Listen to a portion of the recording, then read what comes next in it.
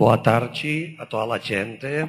Yo voy a intentar falar un poco en portuñol porque el mío portugués no es bueno, pero voy a intentar hacer un mix, ¿no? Como a mí me gusta esta lengua que es medio español, medio portugués, ¿no?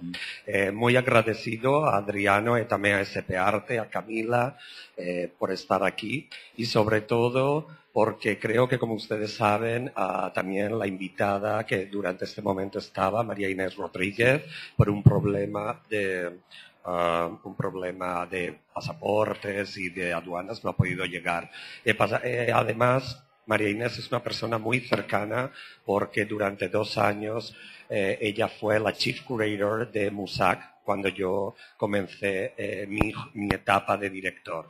Ella no ha podido estar y Adriano muy gentilmente me ha invitado a formar parte de estas palestras, que creo que es interesante, ¿no? Es decir, que una feria de arte no se convierta solamente en mercado, sino que detrás de cada una de las obras hay un conocimiento, hay una cultura, hay una investigación, y creo que es muy interesante este nuevo programa para los jóvenes curadores, ¿no? Abrir como unos foros donde también, bueno, pues hace falta experimentar y hace falta ver de qué manera no solamente una feria es mercado, sino también puede abrir otras plataformas. Inclusive, agora sou eu. Alô? Alô? Inclusive, só complementando isso, o Agostinho não apenas está falando aqui, participando dos diálogos hoje conosco, mas ele também faz encontros individuais com os curadores do laboratório curatorial. Os 4 jovens curadores estiveram com eles ontem individualmente para que o Agostinho desse um feedback, um retorno sobre os projetos curatoriais. Ou seja, estamos aí realmente exigindo, demandando bastante aí do Agostinho nesses dias. Sí. Bueno, comenzando a falar un poco sobre la bella trayectoria, yo soy nacido a Valencia, que es una ciudad del Mediterráneo. Yo comencé a estudiar después de la escuela. Me interesaba mucho todas las nociones sobre la historia. Entonces, la mía licenciatura, laureatura, es geografía e historia. Dentro de geografía e historia, porque yo soy de un plano antiguo, los últimos cursos son especiales de historia del arte. No es todo el mío background, no es solamente historia del arte, es historia en general, contemporánea, arqueología, prehistoria.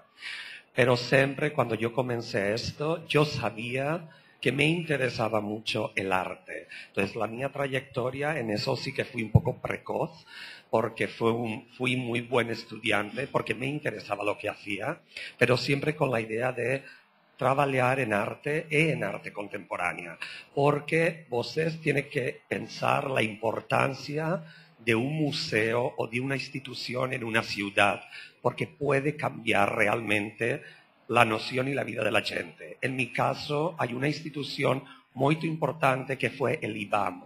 El IVAM es el Instituto Valenciano de Arte Moderno. En aquella época, cuando se inauguró el IVAM, yo tenía 14 años, y la mia famiglia no pertenece al mundo del arte, no tenemos esta relación cultural con las artes. O Ivan é de 86, né? 86 a inauguração, não? Sí, 84, 86. Sí, 12, 13 años, sí. Esto es un dato para mí muy importante, porque cuando yo decido hacer historia era porque yo era un asiduo visitante del IVAM, de este museo, y con 15 años yo veía el equipo Crónica, Los Povera, Gary Hill, Bill Viola, todo, es decir, Richard Hamilton, recordar que el Chief Curator durante todo este tiempo fue Vicente Todolí. Curador-chefe. O curador-chefe. Aló. Curador-chefe. Vicente Todolí, que después, años más tarde, fue el director de Serralves y después el director de Tate Modern. Para quem não conhece, o Museu Serralves no Porto, um museu inaugurado há 10 anos atrás, um museu muito importante aí dentro do circuito europeu, né? Só para dar essas informações. Sí, esto es una cosa muy importante porque no solamente con el programa de exposisados, también una cosa muy importante en aquella época para mí era la biblioteca, el centro de documentación. Yo todo lo que aprendí fue gracias a los libros, las revistas, los magazines, porque yo pasaba el día en la biblioteca del IBAM, ¿no? También pidiendo los vídeos, ¿no? Tenían muy pocos videoarte en aquellas épocas de los 80, pero tenían cosas de Gordon Matta Clark. La gente no pedía vídeo como para chequear. Entonces, esta faceta es muy importante porque a la facultad se estudiaba arte, pero arte contemporánea no era una cosa importante. Pero, thanks God, gracias a Dios, que teníamos la biblioteca del Instituto Valenciano. Era como una referencia porque podías acceder a todo lo que estaba ocurriendo en ese momento. E fizeram exposições importantes, uma exposição do Cildo Meirelles, uma das primeiras exposições, a primeira, eu acho, retrospectiva do Cildo Meirelles fora do Brasil. De Juan Muñoz, de Barceló. Muito importantes naquele programa do Todolí. El programa para mí es un referente porque era todo el arte contemporáneo de los 60, 70, Robert Smithson, claro, todo esto con la gente más actual. Facevano un perfecta combinación con la colección y también con el programa y, por ejemplo, con las actividades como los ciclos de cinema y de vídeo, que éramos simplemente 4 o 5 personas, ma ahora esas 4 o 5 personas es Nuria Anguita, la directora la que fue directora de la Tapies, es gente que luego ha sido importante como curador, crítico de arte o artista, ¿no? Estava Núria e quem mais aí no En IVAN aquella nessa época estaba Nuria, estaba Teresa Blanche, Teresa Millet, que aún está, estaba un departamento de fotografía muy específico con un increíble, la colección de IVAM de fotografía muy buena. Ma también laboraban con mucha gente de fuera, ¿no? De fuera. Este momento es muy importante para mí porque, por una parte, toda la noción de arte contemporánea, mas después cuando yo finalizo la mía trayectoria, por una cuestión personal, moro durante más de un año a Japón. Esto es una cuestión vital para mí porque yo había tenido relación con otros países, con Italia, por una cuestión también de familia, etcétera, mas yo no concebía esta relación de the identity of myself, ¿no? Como la identidad de uno. Que cuando tú moras a un país en el año 90, siendo un español con las pesetas, que éramos todos pobres, ¿no? Y Japón con el yen muy high, ¿no? Muy alto. En la relación de cómo uno se ve a través de los otros es muy importante. Esta relación para mí ha sido fundamental también en el devenir de la mía percepción del arte también. Cómo intentas entender otros contextos a partir de tú quién eres, pero también de entender de qué manera se puede traducir, se puede entender y de qué manera los valores estéticos, filosóficos, económicos, sociales y conceptuales muchas veces son muy diferentes de traducir y en otras maneras de qué manera se pueden hacer. Esto fue una cosa más filosófica, personal, más que artística. Trabajé un momento con Fumio Nanjo, un momento muy para 1 o 2 mostras allí en el Spiral Hall en los 90. Aonde? Na Espanha? No, en Tokio. En Tokio. Después yo retorné e hice el PH en... O PhD. ¿Cómo? PhD. PhD en parte en Art History en la Universidad de Valencia y parte en estética, filosofía con Gianni Vattimo. Recordar, no sé si aquí se conoce bien, a Gianni Vattimo es uno de los filósofos después postestructuralistas. Ahora es muy controvertido, ¿no? Porque ahora retorna esta idea del catolicismo, etcétera, pero era un personaje muy interesante en aquella época. Él me dio las herramientas conceptuales, filosóficas y textuales para también desarrollar otro tipo de programas y de conceptos. Mas creo que también, no sé si es el caso de Adriano y creo que de toda la gente, la noción de curaduría tiene que ir muy implícita para mí en una cuestión también personal de cómo nos identificamos como individuo, cómo nos pensamos en los diferentes contextos, cómo tú creces con esas experiencias. Por ejemplo, la cuestión de género, el Feminist y Queer Studies, para mí es muy importante como curador también gay. Y en un momento, ahora en España, las personas gays podemos casar, adoptar, etcétera. Pero durante mi etapa personal yo he sido muy activista para todo lo relacionado con la opresión de las mujeres y también del movimiento gay. Esto es una línea de trabajo en mi trayectoria que hasta se puede leer en el museo con muchas y diferentes muestras. Otra es toda la relación con la cuestión de no arquitectura o de construcción de ciudad, de entorno, arquitectura, etcétera. Y por una parte los proyectos de ámbito conceptual y otro una incidencia muy social en el programa de desarrollar. O projeto do MUSAC, que vocês começam a trabalhar em 2002, não? Surge num momento ali onde a Espanha tem vários projetos culturais, de instituições, né? Esse é o projeto, é o momento de Brasil agora, não? Eu acho que ali, bom, veremos. Eu queria que você falasse um pouco daquele contexto específico, como é que surgiu esse projeto, como é que era você, quem estava envolvido, como é que foi a gestação daquilo, o diálogo com os arquitetos, o diálogo com os políticos, com o governo. Você poderia falar um pouco desse momento? Este proyecto es un proyecto como un poco mágico, porque yo siempre digo que es una especie de constelación. El éxito del proyecto de MUSAC es una constelación con la idea de los políticos, la idea de los técnicos, ¿no? Y también cómo involucrar al público y a la ciudad, ¿no? Real.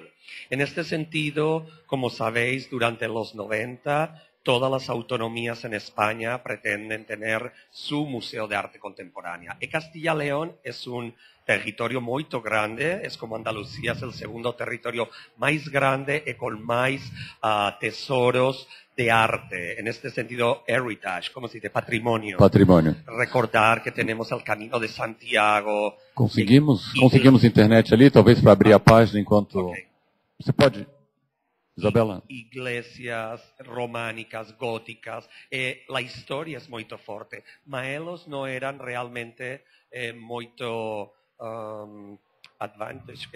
Ellos no eran demasiado precursores en arte contemporáneo, pero ellos sí que querían tener como este centro, ¿no? Que igual que el MACBA, que el CEGAC en Galicia, que Artium los vascos, el CAAC en Andalucía, en cierta manera...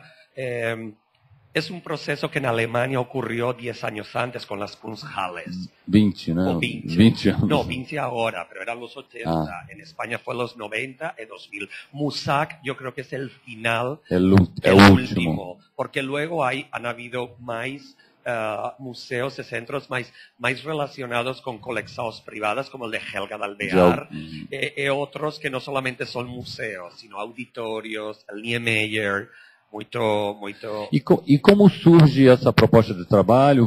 Vocês aproximam o governo ou o governo começam a... No, el gobierno hace una convocatoria fechada. Nosotros llamamos fechada. Sí. Él los invitará 5 personas para apresentar proyectos. Já para um museu. Eles já queriam ter um museu em León. Para el museo. 5 curadores ou grupos. 5 curadores o gestiones. En ese momento llamaron a Rafael Doctor, que fue el primer director de MUSAC, y él preguntó que si podía presentar el su proyecto con otro curador. E isso é 2001, então? En el 2001-2002, sí. Entonces, los políticos le dijeron que ok, que no era ningún problema presentar este proyecto. Lo más importante para... E aí, foi você e Otávio também já estava, não? Era Rafael y yo. Só você e Rafael. Dentro de este proyecto era muy importante que el proyecto tenía que construir una colección nueva, porque era una de las exigencias que ellos querían. Y nosotros lo primero fue formar un comité de advisory para el museo. De conselhos, De de conselho. conselheiros Estaba el para o museu. director, el chief curator. O curador-chefe, Luego você, estaba Octavio Zaya como que é curator at large, um grande curador espanhol que vive em Nova que York, vive en Nueva York. Él hizo Documenta 11 Trabajó en con Documenta Ocuya Segor, 11. y hizo el gran proyecto de América Latina, el Reina Sí. Sofía en el 2000, que Adriano 99-2000. 99-2000 Adriano e Ivo participaron también. Octavio ha sido una persona muy importante también para toda la gestión de, no solamente de la colección, también del programa y de la internacionalización del proyecto. Y también José Guirao, que fue director del Reina Sofía durante 6 años, estrella de Diego, que es una grande crítica teórica, profesora de la universidad, y dos críticos locales, Javier Hernando de León y otra persona de Valladolid. También era importante tener, aparte de la comunidad, porque Rafael y yo no somos de Castilla y León. Era muy importante conocer de cerca, ¿no?, cuál es la realidad y el contexto de los artistas, las colecciones, etcétera. Esto se comenzó, bueno, presentamos proyecto, y lo más importante para nosotros era no clonar museos, no hacer la mismo museo que el MACBA, que el Reina, que ustedes tienen que saber que hay otro museo a Valladolid que se llama Patio Herreriano.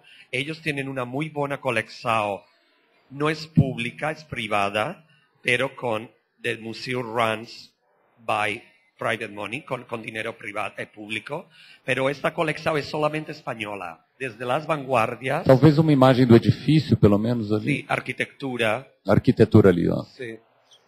Esta es la última semana de esta web, estamos cambiándola después de 7 años. Como digo, lo más importante, teníamos ya un proyecto arquitectónico que luego desarrollamos más conjuntamente con los dos arquitectos. Los arquitectos son Luis Mancilla, Emilio Tuñón. Peraí, você, como assim? Você já tinha como Ellos presentaron ya un proyecto. Independientemente el gobierno de vocês. Lo pidieron, independientemente de nosotros. Pero cuando arribamos, el director, chief curator y la coordinadora general, vimos que ese proyecto necesitaba de Ajustes, naturalmente. ajustes, cambios. Ellos fueron muy abiertos. Os Propios arquitectos. Estos arquitectos, para la gente que no nos conoce, son muy importantes. Ellos eran discípulos de Rafael Moneo, el Pritzker. Ellos habían ganado en la ciudad de León el premio Nacional de Arquitectura 2001 por el Auditorio, que es otro edificio. Você quer falar talvez do que a gente... Mas con este edificio, que al final pudimos cambiar algunas cosas y otras fue imposible, no por ellos, por la compañía de construcción y porque el budget estaba fechado. O orçamento. Costa mucho de cambiar cosas, pero sí que hubo una relación muy directa con ellos. Con este proyecto de Musa que ellos ganaron el Mies van der Rohe. El Mies van der Rohe es el premio más importante que la Unión Europea da a los edificios. Este edificio es el mayor edificio de Europa 2005-2007. Es una propuesta muy grande de más de 300 edificios y después solamente se quedan shortlisted 7. Estaba este año, estaba Zaha Hadid, estaba Chipperfield, estaban unos portugueses. Maestro, la juría decidió que el museo ganaba este Mies van der Rohe. Pero lo más importante es que la juría no solamente dio el premio a los arquitectos, es la primera vez en la historia del Mies van der Rohe donde la juría y el Mies van der Rohe es dado también a la gente que pidió el proyecto. En este caso los políticos, pero en este caso nosotros, por la idea de cómo trabajamos el espacio interno y también la idea de relación de la plaza o de la gente de León de ese área con el museo, porque esto es muy importante, cómo revitalizar. Nosotros a lo largo de estos 7 años teníamos más proyectos de artista para la gran plaza.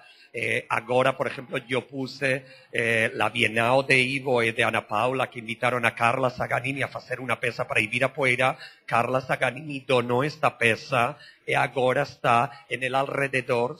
Todos los meninos y meninas vienen a jugar.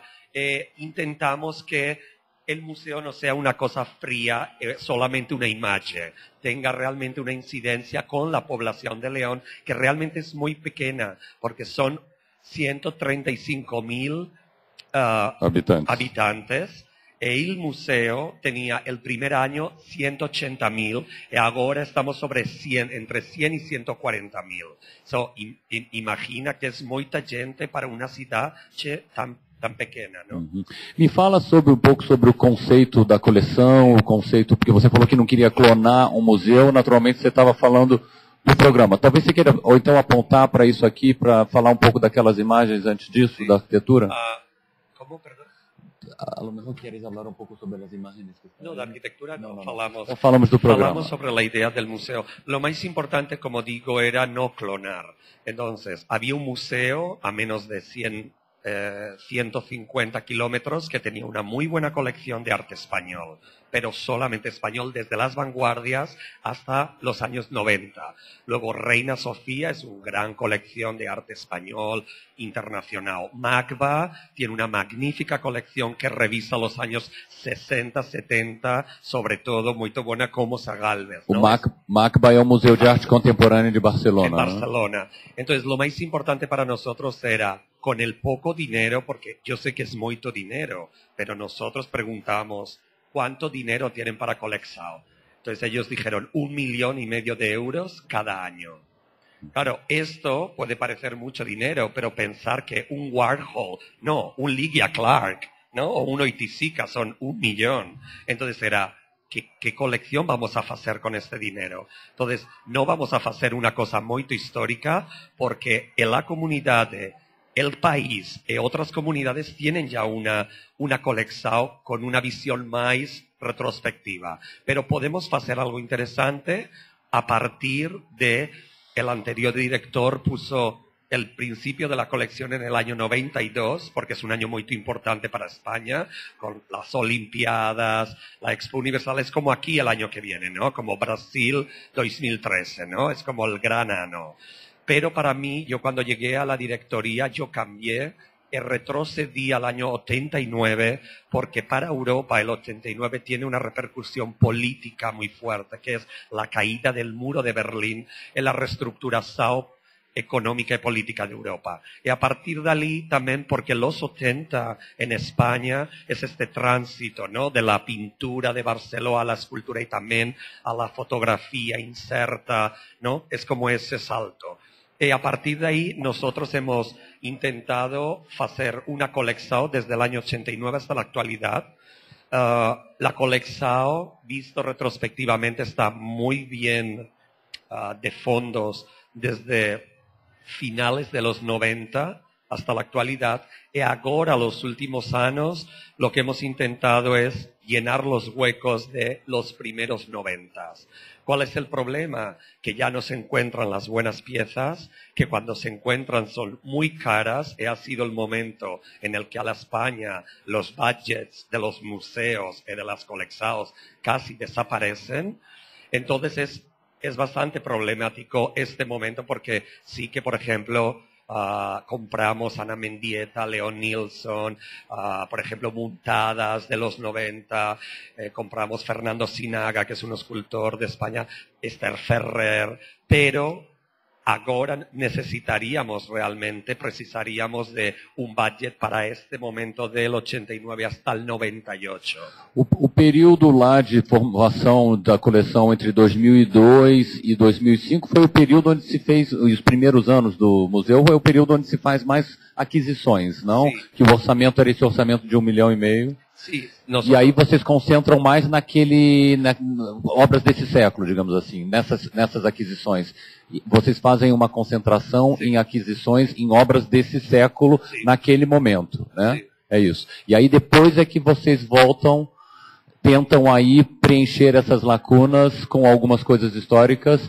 E o ponto é sempre 89, porque Esther Ferrer, por exemplo, seria 70, não? Alguma coisa de 70? Pero las piezas de Esther Ferrer que tenemos, como tenemos también... O Mendieta também deve ser Mendieta 70. es una cosa muy extraña, porque verdaderamente Ana son los Mendieta, 70, artista pero cubana. está hecho por el State en el 2001, ¿no? Es como, Ah, claro. sim. São Pero es obras... lo único, porque la pieza de Ferrer son todos los retratos del tempo desde el año 81 hasta 2009. Ah, então é uma Entonces, peça cíclica, es una né? pieza Processual. processual.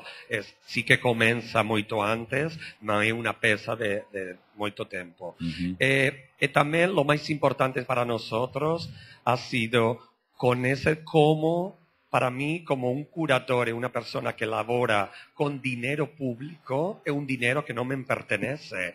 Yo siempre lo digo, yo tengo mucho cuidado con las obras de arte y también con los budgets, porque yo laboro con cosas que no son mías. Son siempre de prestado, aunque yo la compre o el comité decida, ¿no? Entonces, ¿en qué medida un museo que gasta el dinero de todos los ciudadanos, de qué manera puede invertir, no a nivel económico, en cultura, para sacar un mayor rendimiento de conocimiento y también saber que se puede construir un algo? Y lo más importante para nosotros era esta especie de construir dentro de la colección diferentes discursos.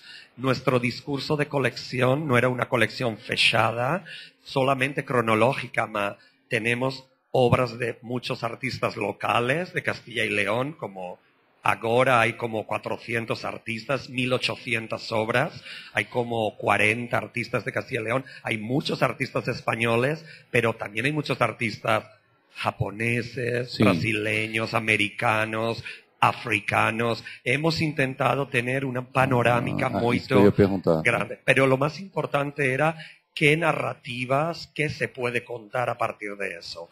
Por eso lo más importante era que siempre nosotros no queríamos ser un museo que tuviera la colección permanente, siempre puesta, sino éramos museo, pero queríamos funcionar como Kunsthalle. Entonces, la gente cuando viene al museo son 4.000 metros cuadrados y siempre es diferente, porque siempre hay exposiciones temporales. Y una vez cada año o cada 2 años hacemos un gran proyecto curatorial. Y cuando digo curatorial es una persona de la institución o una persona de fuera, en este caso siempre ha sido persona del comité, Octavio, Rafael o yo, o qué lecturas podemos sacar de esas narrativas de la colección. Porque para mí, yo siempre digo lo mismo, yo odio, ¿cómo se dice odio? I hate. Odeio. Yo odio, para mí lo peor que un museo puede tener es una exposición que se llama New Acquisitions of the Collection. Novas Porque aquisições do eso museu. no es una exposición, eso es un mercado, eso es una feria. Porque no hay, está muy bien tener un acervo e informar al público cuál es lo nuevo que ha comprado, pero no tiene ningún sentido de narrativa que se tiene que contar a partir de diferentes piezas que se unen.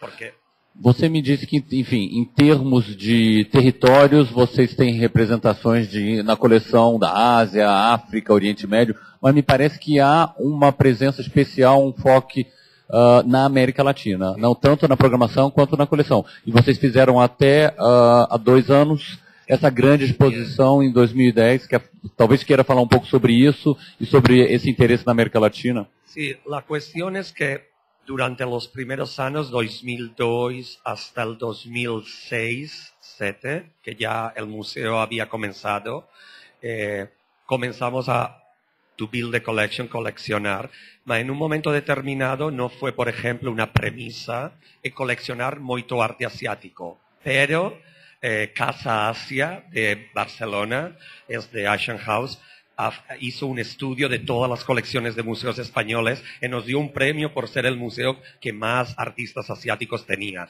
Pero no era una cuestión real. A partir de ahí sí que hicimos una exposición sobre la idea de traducción, etcétera, con artistas asiáticos y no asiáticos, pero empezamos a ver que la colección tenía importantes nombres de arte latinoamericano, ¿no? Como Maki, como muchos, pero realmente faltaba mucha gente importante, ¿no?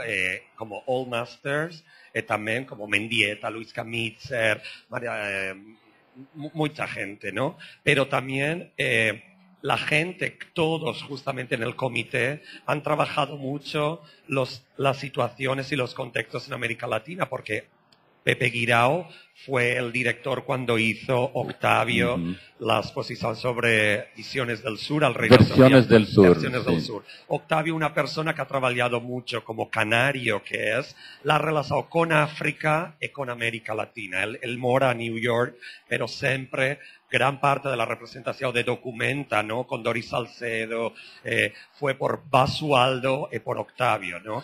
É interessante até pensar, enfim, uma imagem que nós ontem conversando, o Agostinho e eu conversando sobre o projeto da exposição Leonilson que nós vamos fazer ano que vem no Musac, conversando com o Ivo Mesquita na Pinacoteca, ele lembrou uma imagem do Manolo Borja muito interessante, muito curiosa, que essa imagem, Manolo Borja, o diretor do Reina Sofia em Madrid, que essa imagem da Espanha e Portugal, naturalmente, né, as metrópoles hoje já são, né, passando por essa crise econômica aí, que afeta todas as instituições, naturalmente, e nós aqui na América Latina com esse crescimento aí econômico, e o Manolo falava dessa imagem dos pais já, ou dos avós já velhinhos, e agora os jovens, os filhos e os netos enriquecidos têm que ir lá tomar conta, né, da Espanha e Portugal, enfim, uma imagem, um emblema aí curioso, mas também, de alguma maneira,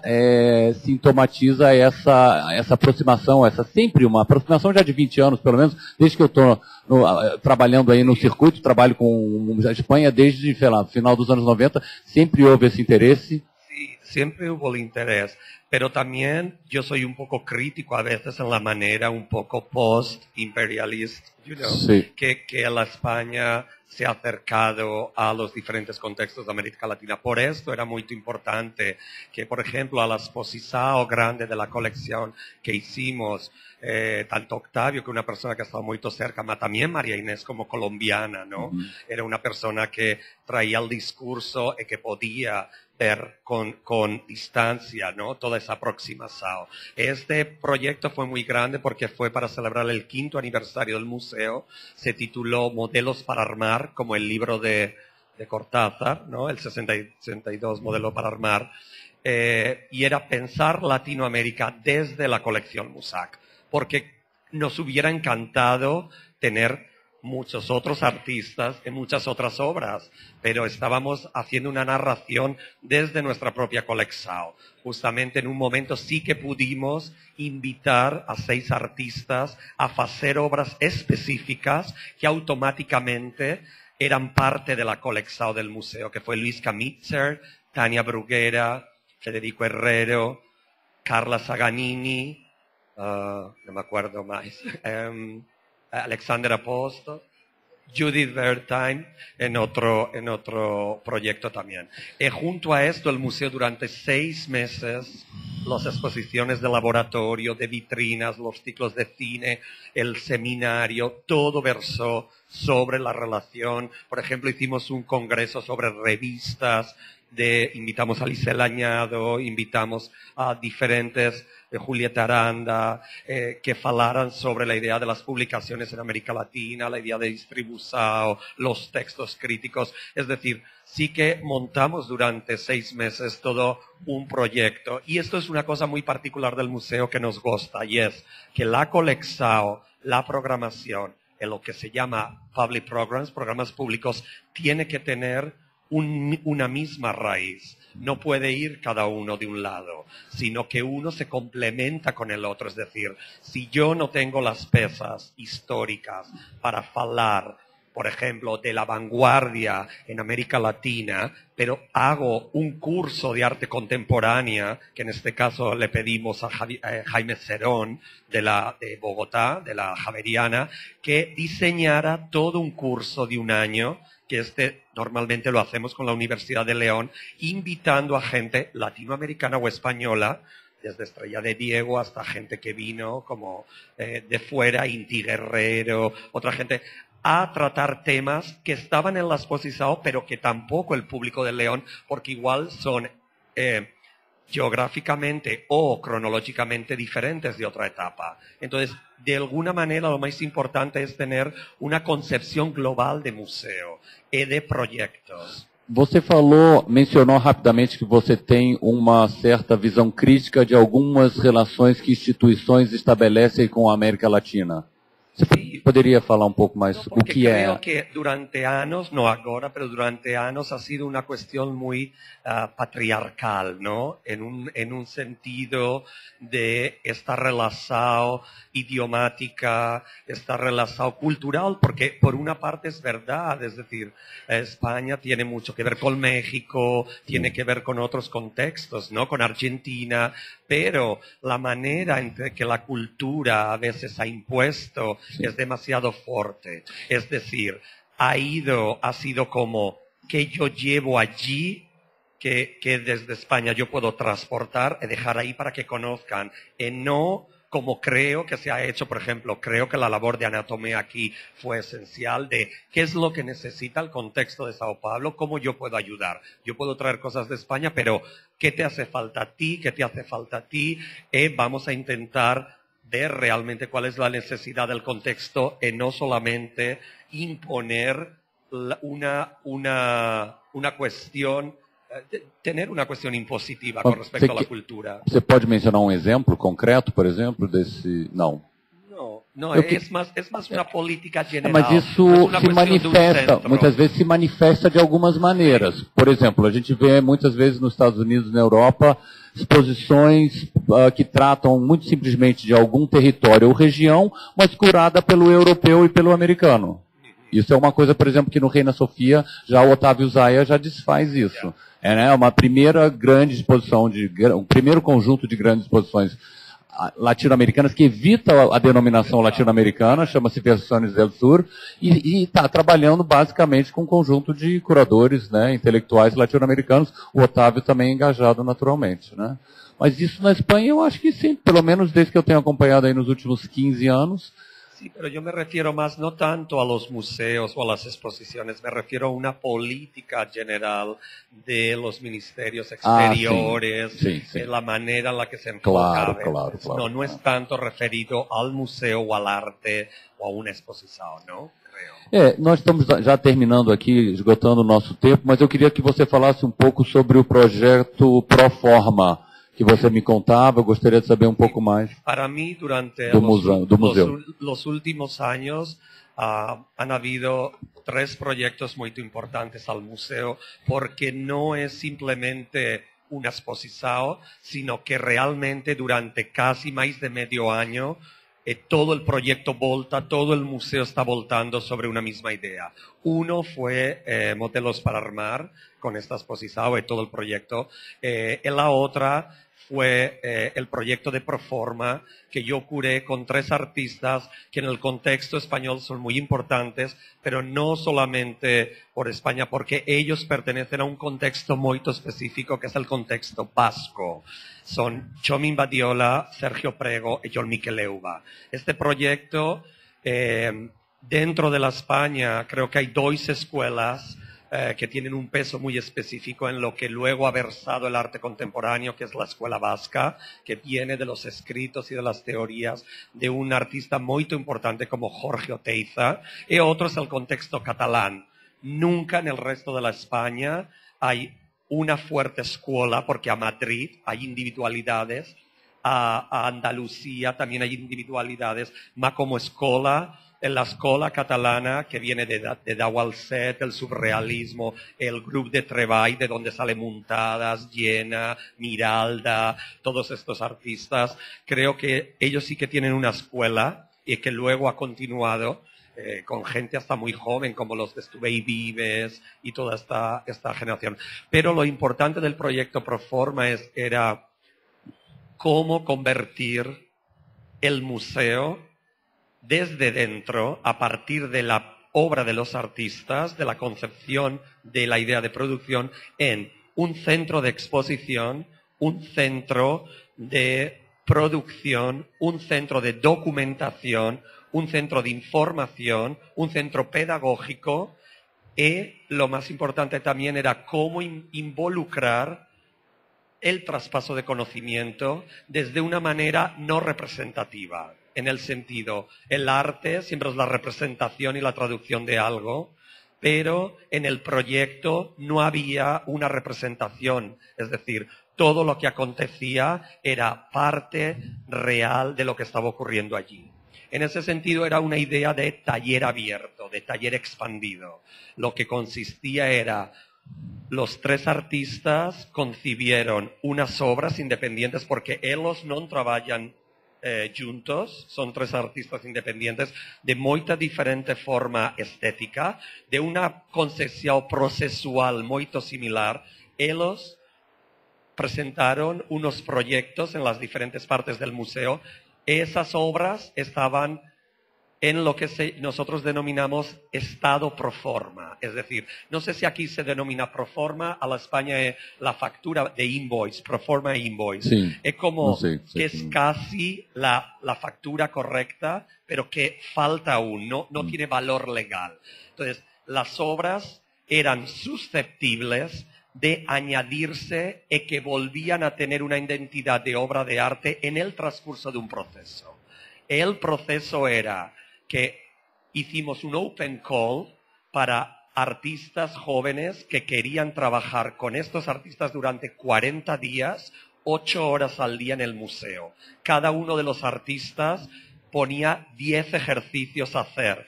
10 ejercicios que salían a partir, muchos de ellos performativos, muchos eran intelectuales teóricos, otros eran manuales también, eran cuestiones que tenían que ver con la forma, pero a partir de las obras que estaban en ese primer estado pro forma. Se hizo una cuarentena de estos 15 artistas con ellos tres, y después se abrió lo que se llama el final, pero a nosotros no nos gusta llamar final, porque ese final incluso es susceptible. Las obras quedaron en otro estado como obra finalizada, pero si hubiera durado más, las obras hubieran permanecido en otro estado. Lo más interesante es que durante la cuarentena el museo estaba abierto con el horario de público, con las visitas, etcétera. En un momento, cada día todo cambiaba, porque cada día hasta la mujer desde la limpieza, la seguridad, no, ahora no pasas por aquí, el grupo pasa por allá. Esto es privado, esto es público. Ahora necesitamos involucrar a gente para performance, ahora no. Es decir, todo fue un proceso muy largo de 40 días y muy bien diseñado. Y lo interesante era que hicimos 2 inauguraciones. La primera, cuando estas obras se dejaron en el museo, y después de la cuarentena. Y las obras habían cambiado, habían modificado. Mantenían otro registro. Era la misma obra, pero en otra esencia. Entonces, era una idea de proceso. Cada día, al final, la última hora, había un gabinete de redacción para saber qué era lo que se ponía en el blog. Hay un blog que se llama primerproforma2010.org y ahí se iban colgando los ejercicios dependiendo del día, incluso los errores, cuando realmente un ejercicio salía mal o hubo problemas, etc.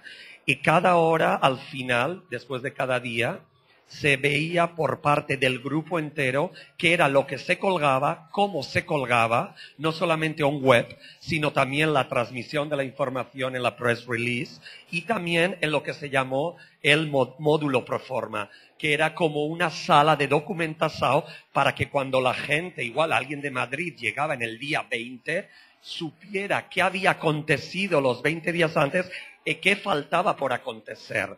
Pero no, tampoco se sabía cómo iba a cambiar. Era un proyecto muy complejo, sobre todo que tiene que ver con la pedagogía de los públicos, con la creación también de, sobre todo la esencia para nosotros era cómo un artista puede transmitir a otra generación unos conocimientos para involucrarlo, pero luego para tener un conocimiento y con ese conocimiento hacer otra cosa, no crear un clon de Txomin Badiola luego o de Jon Miqueleuva, sino que luego de qué manera y también de cómo el arte que eso es algo que he trabajado durante el último tiempo, cómo el arte cada vez más, y está ocurriendo también en el plano social y político, tiene que ver con una idea de comunidad y de colectividad. Ya no solamente con la desaparición del ego, del yo, sino cómo estamos viendo, ¿no? Es decir, las plazas, la Revolución Árabe, el 15M, como ahora los proyectos artísticos, no sé acá, pero en Europa es mucho lo del fan crowded, ¿sabes? Que hay artistas que quieren hacer un vídeo y no tienen plata, y ponen en internet, en Facebook, y todos damos con la cartao como, yo doy 10 euros, yo 10. Entre todos consiguen algo para hacer realmente la apuesta. Es decir, cómo la idea de colectividad, no solamente económica, sino de transmisión de conocimiento, eso es muy importante y era una manera de devolver prácticas que vienen desde los 60, ¿no? Es decir, con cuestiones que tienen que ver, yo siempre lo hablo, ¿no? Con cuestiones políticas o de revolución, pero también de procesos artísticos. Alemania, por ejemplo, ha sido desde Joseph Beuys, la manera en la que gente como Rebecca Hall y otros, esta especie de estudios de artistas abiertos, ¿no? Que invitaban a otros artistas a falar, a teóricos, y eso es muy importante para el conocimiento de las nuevas generaciones de artistas y también de los públicos. Ok. Eu só queria, não queria deixar de, na verdade já estamos sem tempo, mas não queria deixar de pelo menos abrir para perguntas. Então, Camila, se você tiver uma pergunta, não sei se a Uta Metabauer já está aí. A minha dúvida é só se os artistas estavam vivendo dentro do museu. Los artistas vivían las 8 horas, a veces 10, maelos no moraban. Esto no era Big Brother. It was not Big Brother. Había... Sergio Prego construyó una gran cúpula, una bóveda de más de 11 metros, porque es el espacio del museo, donde cuando ellos tenían que hacer cuestiones privadas a nivel teórico que invitaban porque una cosa muy importante es que gran parte de los ejercicios eran en colaboración con otros artistas que ellos habían seleccionado. Por ejemplo, habían invitado a Itziar Ocariz o a Azucena Vieites o gente que está muy cercano del contexto vasco o a personas teóricas donde muchos de los ejercicios los hacían juntos. Ma molto de las pláticas de estos ejercicios la gente no lo veía, estaban dentro de esta bóveda. Y solamente después de la cuarentena la bóveda se abrió. Los materiales eran muy bonitos porque todas las mesas con los computers, las sillas, los focos. Sergio Prego hizo una obra escultórica y lo puso arriba de la bóveda transparente. Entonces tú entrabas a una bóveda gigante donde estaba vacía, pero podías ver el espacio y todo se había colgado arriba y la información estaba en el espacio del módulo, donde estaba toda la documentação. Bom, a próxima convidada já chegou, nós nos atrasamos aí, já entramos um pouco no horário da próxima sessão, mas se você tiver uma última pergunta rápida, sintética aí, por favor. Para este proyecto, los artistas fueron 15. 15, los 3. Y una cosa muy importante era, los artistas muchos de ellos estaban trabajando, mas era indispensable que ellos tenían que venir y no podían interrumpir. No podían interrumpir los 40 días. Era un trabajo continuo. También tenía una noción, como a veces Marina Abramovich o otras personas han hecho en los talleres de tú no puedes sacar lo mejor de alguien en una semana. Tienes que continuar en un largo proceso. Entonces la idea era como 2 semanas era poco y 2 meses demasiado. Pero fueron 15 jóvenes artistas de todas partes. Lo único que había una chilena y los demás eran españoles por una cuestión de proximidad. El museo pagaba su manutención, la comida, porque la comida, el lunch, ellos lo hacían arriba, solos, en el restaurante del museo, el menú del día, pero no se les podía molestar. Es solamente si tenían visitas de gente como Manolo Borja, que quiso ver, solo durante el lunch ellos invitaban a la gente a comer con ellos. Yo Yo solo pude hablar con ellos durante los lunch, porque ellos estaban dedicados completamente a este proyecto. Y ni familiares ni nadie podía molestar durante las horas que duraban los talleres todos los días. Bom, muito obrigado, Agostinho Pérez Rubio, diretor do MUSAC, e Camila, do nosso laboratório curatorial. Vamos fazer um pequeno intervalo aí de 5 minutos, na verdade, já para depois continuar com a conversa com a Uta Metabauer. Obrigado a você. Muito obrigado. Boa tarde.